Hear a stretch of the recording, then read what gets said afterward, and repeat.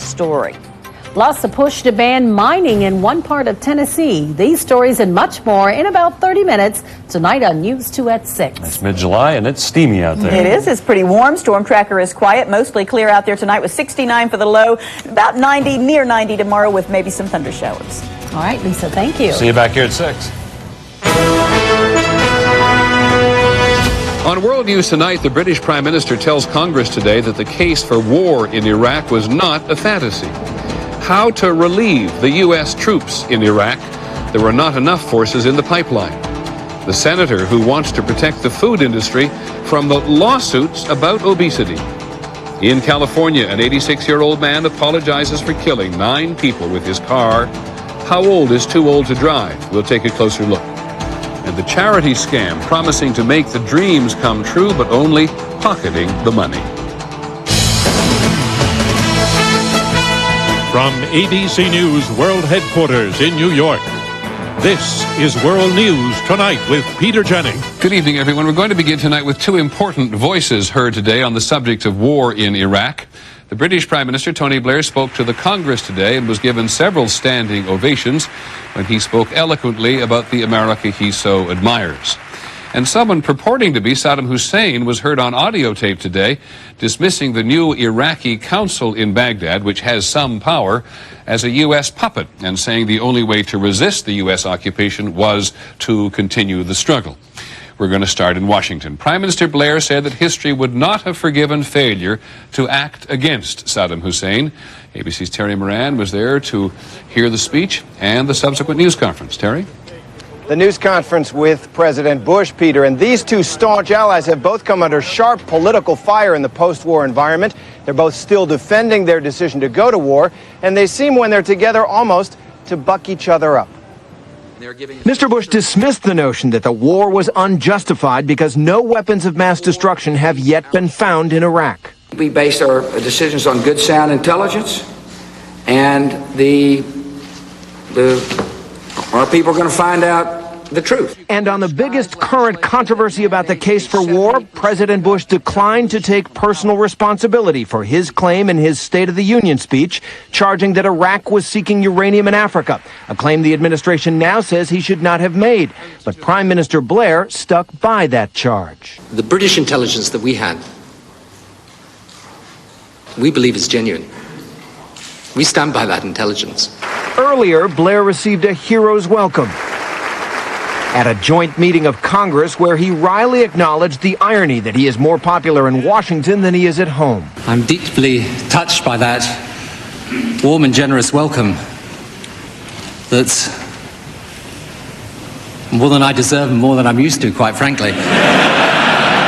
In his speech to a rapt audience, Blair again defended the decision to go to war despite the sharp questions about whether Saddam Hussein really posed an imminent threat.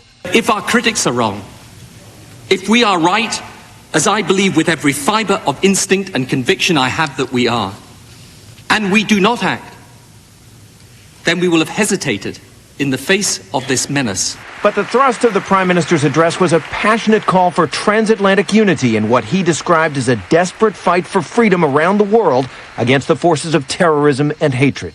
Our job is to be there with you. You're not going to be alone. We will be with you in this fight for liberty.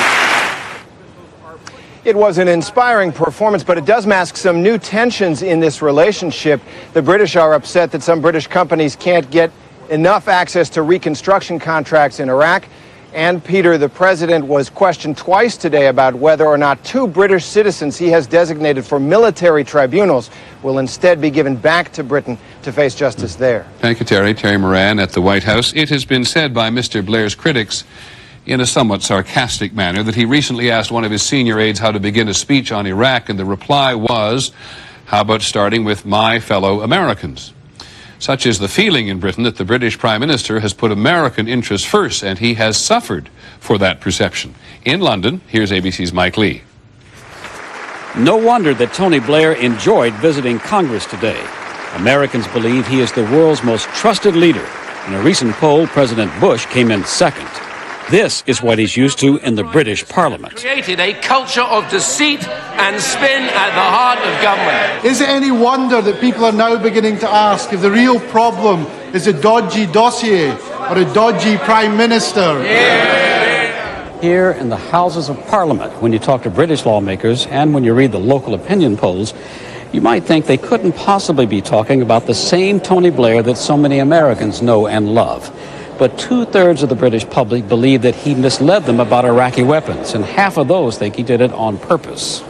Now, with no weapons of mass destruction found and with more than 40 British soldiers killed, Tony Blair spends a lot of his time fending off charges that he, quote, sexed up bad intelligence. Then I happen to believe we still did the right thing. I have absolutely no doubt at all that we will find evidence of weapons of mass destruction programs. No doubt at all. A lot of voters disagree. When I think he was lying. He should be voted out. He's making a right mess up of everything, isn't he? I think the whole American alliance is a bad thing. So today's victory lap in Washington could well cause Tony Blair more problems at home. He's widely labeled by his critics there as Bush's poodle. And waiting for Mr. Blair at home will likely be more of this. Nobody will believe a word he says anymore. Mike Lee, ABC News, London. And now let's go to Iraq. In Iraq today, U.S. forces seized about 4 tons of explosives southwest of Baghdad, enough to destroy a building. They detained 30 people. U.S. forces also uncovered another mass grave, this one near Mosul in the northern part of the country. Officials believe that 200 people may be buried there.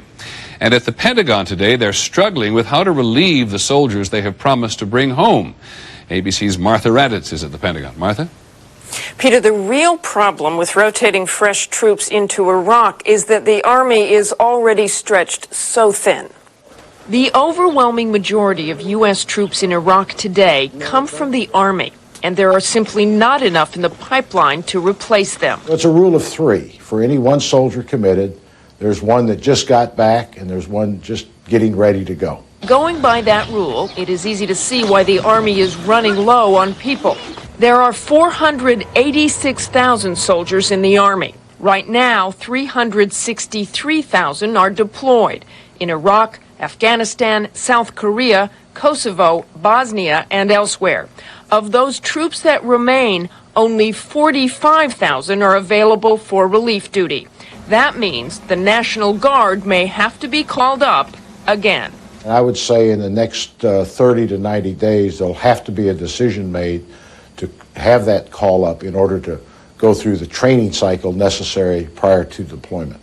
For the soldiers in Iraq, the signs of stress are already evident. This week, members of the 3rd Infantry Division complained angrily to ABC about the extended duty.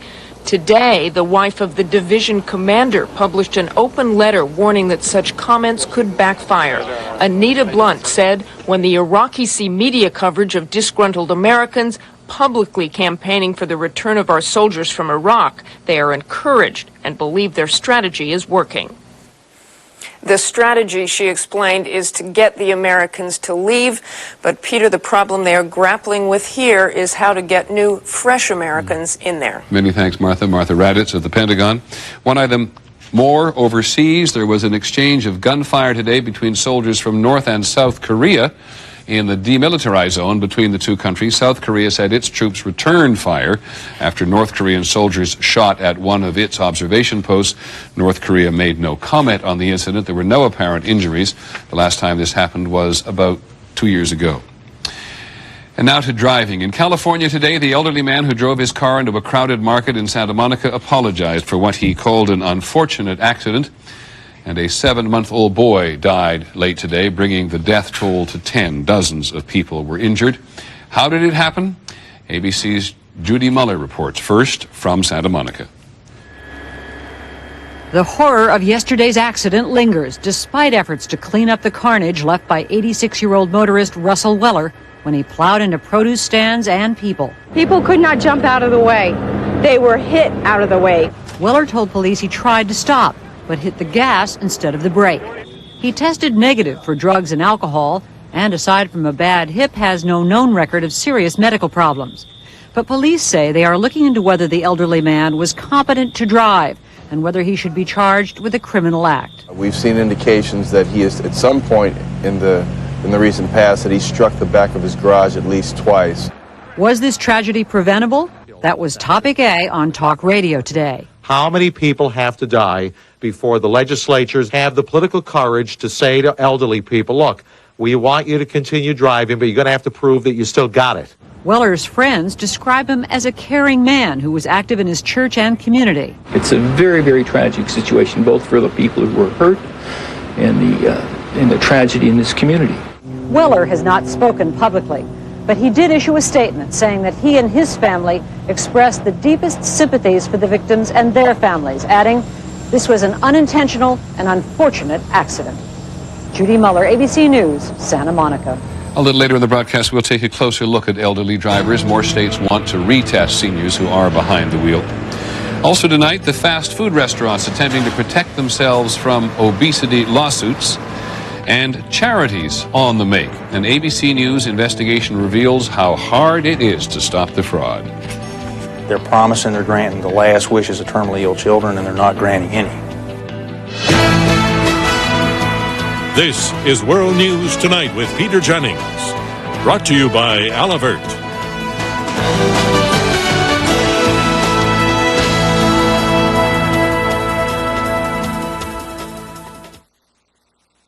Now, wherever your allergies strike, there's a new non-drowsy medicine that lets you do something wonderful. Breathe again. Announcing Alivert Allergy and Sinus. It relieves sinus pressure, stops runny nose, and clears your nasal congestion so you can breathe again. Inside, outside, wherever you are. Get prescription-strength, non-drowsy allergy and sinus relief even Claritin can't beat. New Alivert Allergy and Sinus. The right relief, wherever you are. Alivert. Introducing Red Lobster's World of Crab. Sweet snow crab legs prepared with new recipes from around the world, including delicious New England style. It's like a vacation in Nantucket. Come share your love of crab legs now at Red Lobster. Share the love.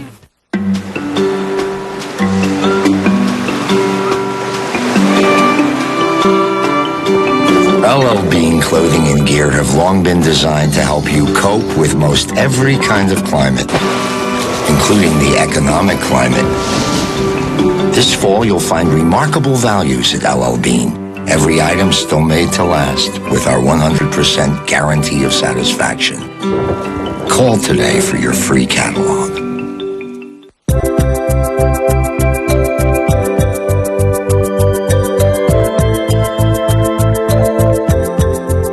Imagine if you could always have this much personal space. Avalon, the most luxurious sedan we've ever created. 'Cause I can't stop loving you. No, I can't stop loving you. How do you invest to help secure your children's future? You start with your dreams and Edward Jones. My life, my world, it all begins with a dream. Edward Jones.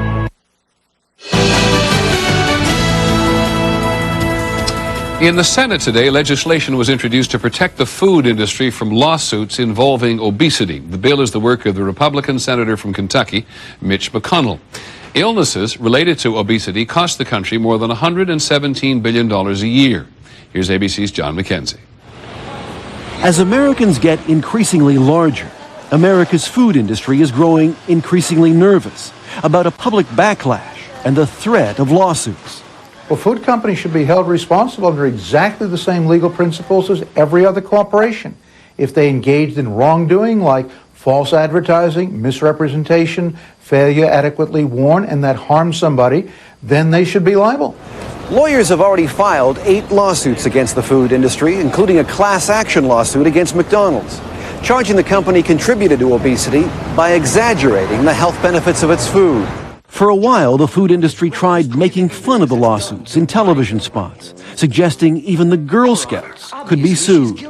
So you sold my client these chocolate chips, and look, no warning label, just pretty pictures. Today, the food industry and its supporters in Congress are no longer laughing.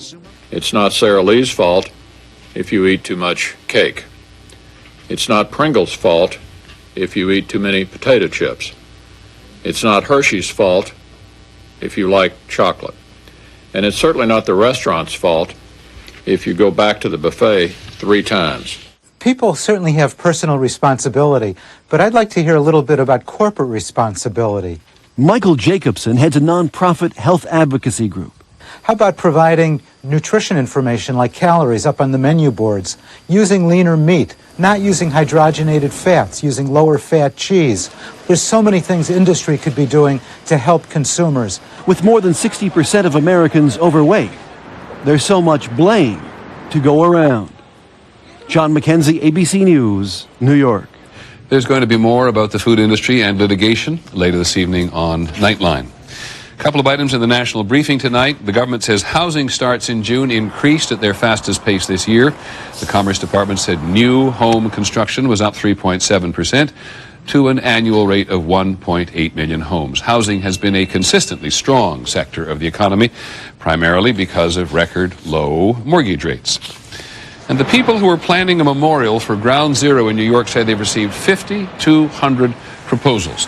It is a record number of entries for any memorial competition. People from 62 countries and every state except Alaska have submitted ideas for a monument.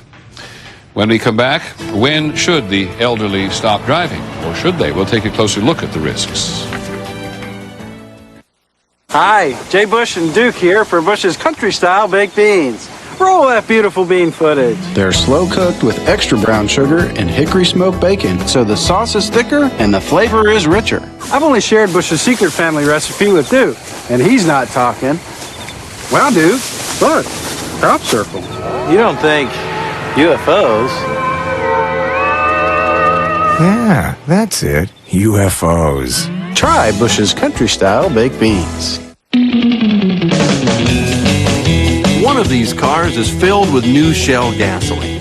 The gasoline's specially formulated to give you better mileage.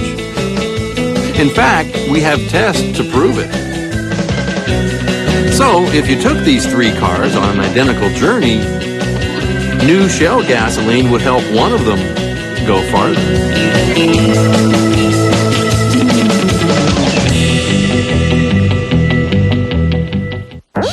Oh, hey, hi, I'm Digger. Don't mind me, I'm just a dermatophyte. You know, a nail infection. All I want is to get in here and live under your nail. You can't get me with clippers or those surface treatments you try on your own. I'm in too deep in your nail bed. I'll make myself comfortable, invite a few friends. Settle in.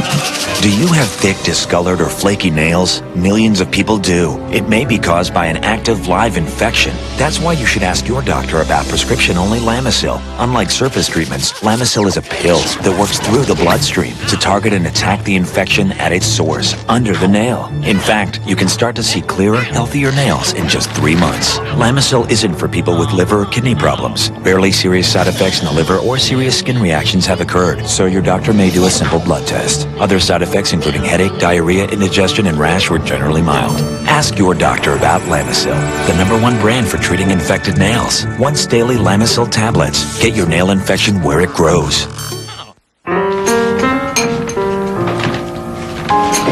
What's this? Breakfast. It's kind of early, buddy. You guys need to take some cholesterol off of you. Honey, have you been reading the Cheerios box again? You got that off the box? Cheerios is still the only leading cold cereal clinically proven to reduce cholesterol to help your heart. That was very thoughtful of you. Very early, but very thoughtful. Cheerios, good for the heart. Tomorrow, how a crippling disease couldn't stop this woman from bringing an epic racing story back to life. How this horse inspired her and a nation on World News Tonight. We're going to take a closer look tonight at older Americans behind the wheel. This is getting a lot of attention, as you know, after the elderly man in California drove into a crowd of people, or crowds of people really, killing 10 of them. The latest figures from the government show 18.9 million drivers on the road are 70 years old or older. They represent 10% of all drivers. Here's ABC's Lisa Stark first. 94-year-old Sylvia Ginsburg still drives every day. She sees no reason to quit. I think that certain old people can still drive, and I feel I'm very capable of driving. In fact, younger drivers, those under 30, are more likely to cause fatal accidents than drivers over 65. Older drivers tend to drive much more cautiously. They don't tend to speed, they don't drink and drive, and they restrict themselves to situations that are less hazardous. Age alone does not determine whether someone can drive safely. I think that really is the major dilemma, is trying to red flag which of the drivers are the dangerous drivers. Capoust runs a program at a Boston hospital that puts at-risk drivers through a battery of tests. This one demonstrates brake reaction time. What's really critical, she says, is a road test. An actual road test is the best solution to sort out who's safe and who isn't, but that gets back to the difficult issue of time and money. Because of expense and lobbyists for senior citizens, only Illinois and New Hampshire require road tests for elderly drivers when they renew their licenses. 21 states have some extra requirement for older drivers. They may have to renew in person and more frequently. Florida, with the highest percentage of elderly drivers, just passed a law requiring vision tests for those 80 and older when they renew their license. The state of Maryland is trying to develop a simple test to screen elderly drivers. They're looking at everything from vision to memory to attention span, even the ability of drivers to turn their head to see hazards. The problem is only going to get more critical as baby boomers age. By the year 2030, 1 in 4 drivers will be 65 or older. Lisa Stark, ABC News, Washington. Well, we're going to talk about this a bit further with our medical editor, Dr. Tim Johnson, who is with us here this evening. Tim, if there were a uniform test for the elderly in driving, what are the common sense things you as a doctor would put on it? Well, there are obviously gaps in the government system for evaluating, so I think we family members have to assess our elderly loved ones in terms of their driving skills, and I would look for, besides knowing their medical history and any medications they might be taking, I would want to assess any changes in their vision, their hearing, which we tend to forget about as a driving skill, certainly in their overall mobility, the way in which, as Lisa said, they can turn their neck, or the way in which they walk. If they're stiff outside of the car, they're going to be stiff in the cockpit of the car. And the best test of all, I think, Peter, is for us to go driving periodically, ride in the car with our elderly loved ones. If we wouldn't want our children to ride alone with them, it's probably time for them to stop driving. Okay, Tim, many thanks. When we come back this evening, the multi-million-dollar charity scam that we'll end the broadcast with, you will be surprised to see how easy it is. For the price of this bottle, how many glasses of pure filtered water can you get? This should give you some idea. Pure, just as good as bottled, at a price that's 10 times less. Pure water filters. Your water should be pure.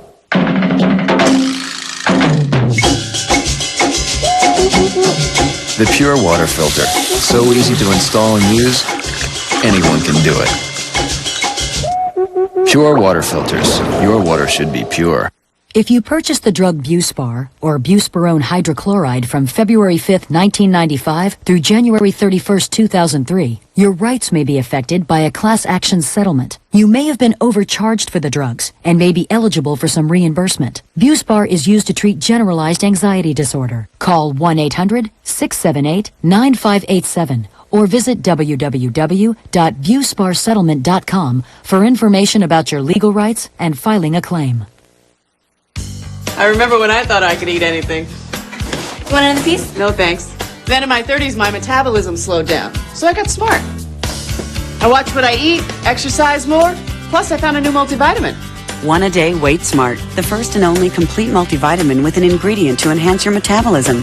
EGCG, a natural green tea extract to help you while you manage your weight. A multivitamin for my metabolism. Now that's smart. One a day Weight Smart. Some anniversaries you celebrate with silver, and this one with leather. Announcing the Lincoln Mercury Anniversary Clearance, featuring end-of-the-model year savings on every Lincoln and Mercury, including Lincoln Town Car, the all-new Lincoln LS, the Mercury Sable, and the best Mercury Grand Marquis ever with no-charge leather seating. Now get 0% financing for 60 months or up to $4,000 cash back, plus your dealer's best model year-end price. This is one anniversary you don't want to miss. Hurry to your Lincoln Mercury dealer. In my football days, every pro trainer used Flexall. Flexall has the power and speed to keep pro athletes in the game. My game's a little different now, and so's the pain. But Flexall still keeps me going strong. Flexall, powerful full-speed relief for tough pain. Face it, kids are simply priceless. Which is why kids stay free at Best Westerns worldwide. Best Western, the world's largest hotel chain. Visit bestwestern.com. Intimidating, challenging, unpredictable. This is the famous Royal St. George's Golf Club, where storied bunkers, towering dunes, and one perilous canal await Tiger Woods and the world's best. The British Open. Coverage begins tonight on ABC Sports Championship Television. Tomorrow, the very basic test so many lifeguards fail. Who's watching your kids at the pool? Could they pass this vital life-saving test? Tomorrow, don't miss Good Morning America. Finally this evening, a bad cause. We were surprised to learn how easy it is to set up a charity and how little regulation there is over what happens to donations. Last year alone, about 50,000 new charities were established. It's actually hard to tell how many are legitimate. They have been described as open invitations to con men and scam artists. And Brian Ross tonight has a perfect example in this ABC News investigation. At a rodeo in Dillon, Montana, a 4-year-old boy named Aaron, suffering from sickle cell anemia, got his wish to be a cowboy for a day. Aaron is the 50,000 Make-A-Wish recipient. All thanks to the Make-A-Wish Foundation, one of America's most respected charities, which, because of its very success in raising money, is now attracting copycats and con men. It's got to be millions of dollars that are going to organizations that are pretending to be the Make-A-Wish Foundation. Like one called KidWish USA. They're promising they're granting the last wishes of terminally ill children, and they're not granting any. Not a single one? Not one. This is evidence that... Federal prosecutor Mike Snipes calls it one of the most callous frauds he's ever seen, and easy to do. They just would take pictures of children from other brochures, from legitimate charities, put them in their brochures. In a case brought 2 years ago, prosecutors found millions in donations went to 65-year-old Michael Manzer of New York and his cohorts who set up the scam charity. Mr. Manzer? The people that came to court with him were hardly charitable with us. Manzer went to prison, but it is one of the few times charity scams have resulted in criminal charges. Under the current law, if he had used just a little of the money to grant one child one wish, he might never have been prosecuted. They can get away with giving 1% to the cause. The head of the American Institute of Philanthropy, Daniel Borokoff, says there is now a nationwide plague of suspect charities that law enforcement cannot stop. It's far too easy for anybody to set up a charity, get tax-exempt status with the IRS, do very little of anything charitable, and get away with it. Making it very difficult for Americans to know whether their contributions are going to legitimate charities or lining the pockets of con men. Brian Ross, ABC News, New York. Brian Ross is going to have more about these charity scams later this evening on Primetime Thursday. And that is our report on World News Tonight. Don't forget Nightline later. Have a good evening. I hope we'll see you again tomorrow. I'm Peter Jennings. Good night. For the latest video highlights, log on to America Online. Keyword ABC News. Or go to abcnews.com.